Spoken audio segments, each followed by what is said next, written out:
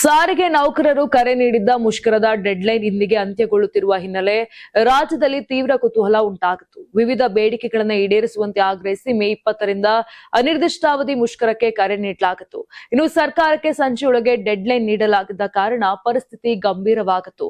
ಈ ನಡುವೆ ಎಲ್ಲವೂ ಸುಸೂತ್ರವಾಗಿ ಸಾಗುತ್ತಿದೆ ಎಂದು ಅಂದುಕೊಳ್ಳುತ್ತಿದ್ದ ಸಂದರ್ಭದಲ್ಲೇ ಜಂಟಿ ಕ್ರಿಯಾ ಸಮಿತಿಗೆ ಅಚ್ಚರಿ ಬೆಳವಣಿಗೆ ಎದುರಾಗಿದೆ. ಇನ್ನು ಕರ್ನಾಟಕ ರಾಜ್ಯ ರಸ್ತೆ ಸಾರಿಗೆ ಸಂಸ್ಥೆ ನೌಕರರ ಸಂಘವು ಮುಷ್ಕರದಿಂದ ಹಿಂದೆ ಸರಿಯಲು ನಿರ್ಧರಿಸಿದೆ. ನೀವು ಸಣ್ಣ ಆಗ್ಬೇಕಲ್ವಾ? ಅದು ಒಂದು ಉತ್ತಮ ಆಹಾರದಿಂದ ಸಣ್ಣ ಆಗ್ಬೇಕಲ್ವಾ? ಪ್ರತಿದಿನ ನಮ್ಮ ಜೀನಿ ಸ್ಲಿಮ್ ನ ಯೂಸ್ ಮಾಡಿ ಯಾವುದೇ ಸೈಡ್ ಎಫೆಕ್ಟ್ ಇಲ್ದಂಗೆ ನೀವು ಸಣ್ಣ ಆಗ್ತೀರಾ. ಈ ಕುರಿತು ಸಂಘದ ಅಧ್ಯಕ್ಷ ಕೆಆರ್ ಜಗದೀಶ್ ಅವರು ಅಧಿಕೃತ ಪತ್ರಿಕಾ ಹೇಳಿಕೆಯನ್ನ ಬಿಡುಗಡೆ ಮಾಡಿದ್ದಾರೆ. ನಿನ್ನೆ ನಡೆದ ಸಂಧಾನ ಸಭೆಯಲ್ಲೂ ಭಾಗವಹಿಸಿದ್ದ ನೌಕರರ ಸಂಘ ಇಂದು ಏಕಾಏಕಿ ಮುಷ್ಕರದಿಂದ ಹಿಂದೆ ಸರಿಯುವ ನಿರ್ಧಾರವನ್ನ ಪ್ರಕಟಿಸಿದೆ. ಜೊತೆಗೆ ಕೆಎಸ್ಆರ್ಟಿಸಿ ವ್ಯವಸ್ಥಾಪಕ ನಿರ್ದೇಶಕರನ್ನ ಭೇಟಿಯಾಗಿ ತಮ್ಮ ನಿರ್ಧಾರವನ್ನ ತಿಳಿಸುವುದಾಗಿ ಸಂಘ ತಿಳಿಸಿದೆ. ಅದರ ಜೊತೆಗೆ ಸಂಘದ ಸದಸ್ಯರು ಯಾವುದೇ ರೀತಿಯಲ್ಲಿ ಮುಷ್ಕರದಲ್ಲಿ ಭಾಗವಹಿಸಬಾರದೆಂದು ಮನವಿ ಮಾಡಲಾಗಿದೆ.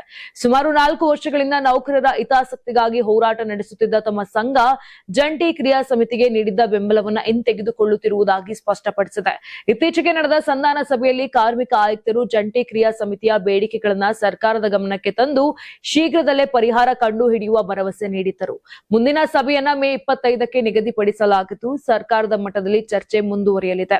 ಈ ಹಿನ್ನೆಲೆಯಲ್ಲಿ ಸರ್ಕಾರದ ಭರವಸೆ ಹಾಗೂ ಸಂಧಾನ ಪ್ರಕ್ರಿಯೆಯ ಮೇಲೆ ನಂಬಿಕೆ ಇಟ್ಟು ಮುಷ್ಕರದಿಂದ ಹಿಂದೆ ಸರಿಯುತ್ತಿರುವುದಾಗಿ ಸಂಘ ತಿಳಿಸಿದೆ. ಇದರೊಂದಿಗೆ ಸಾರಿಗೆ ಮುಷ್ಕರದ ಅನಿಶ್ಚಿತತೆ ತಾತ್ಕಾಲಿಕವಾಗಿ ಅಂತ್ಯಗೊಂಡಿದ್ದು, ಇನ್ನು ರಾಜ್ಯದಲ್ಲಿ ಬಸ್ ಸೇವೆ ಸಾಮಾನ್ಯವಾಗುವ ನಿರೀಕ್ಷೆ ಕೂಡ ವ್ಯಕ್ತವಾಗಿದೆ. ಇನ್ನು ಇತ್ತ ಸಾರಿಗೆ ಮುಷ್ಕರವನ್ನ ನಡೆಸದಂತೆ ಹೈಕೋರ್ಟ್ ನಿರ್ಬಂಧವನ್ನ ಹೇರಿದೆ. ಇನ್ನು ಸಂಘಟನೆಗಳೊಂದಿಗೆ ಚರ್ಚೆ ನಡೆಸಲು ಸರ್ಕಾರಕ್ಕೆ ಅಧಿಸೂಚನೆಯನ್ನ ಕೂಡ ಕೊಟ್ಟಿರುವಂತದ್ದು.